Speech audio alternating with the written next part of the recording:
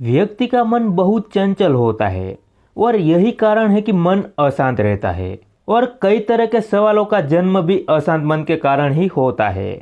यदि आप जीवन में शांति चाहते हैं तो इसके लिए जरूरी है मन को शांत करना। लेकिन मन को शांत कैसे किया जाए? आज हम गौतम बुद्ध से जुड़ी कहानी से जानेंगे कि मन को शांत करने का क्या तरीका है। अगर आपने इस कहानी को पूरा सुन लिया तो आपका मन शांत हो जाएगा और आपका जीवन बदल जाएगा।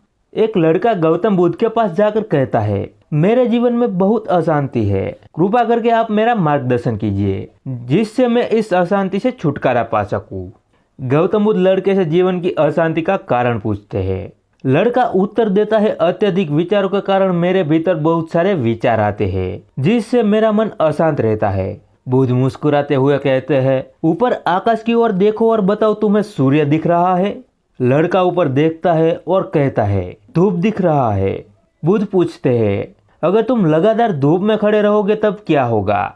वह कहता है, मुझे अत्यधिक गर्मी लगेगी और शरीर में बेचैनी होगी। बुद्ध लड़के से कहते हैं, अगर धूप में खड़े रहने से तुम्हें गर्मी लगती है तो इसमें दोष किसका है, सूर्य के ताप का या तुम्हारा? लड़का कुछ सोचने के बाद कहता है, इसका जवाब आप ही बताइए। बुद्ध कहते हैं, सूर्य का काम है ताप देना और ताप का काम है गर्मी लगना। ऐसे में तो दोष तुम्हारा ही है। तुम धूप में जाकर खड़े हुए जिससे कि तुम्हें गर्मी लगी। तुम्हें अगर शीतलता चाहिए तो तुम्हें छांव में रहना होगा। ठीक इसी तरह चंचल मन का भी स्वभाव होता है विचारों और भावनाओं को जागरूक करना। विचार क्षण भर के लिए होते हैं, लेकिन विचार से पैदा हुई भावनाएं देर तक टिकी रहती है। लेकिन यह तुम्हें निर्णय लेना है कि तुम्हें विचार और भावनाओं के साथ चलना है या अलग दिशा बनानी है।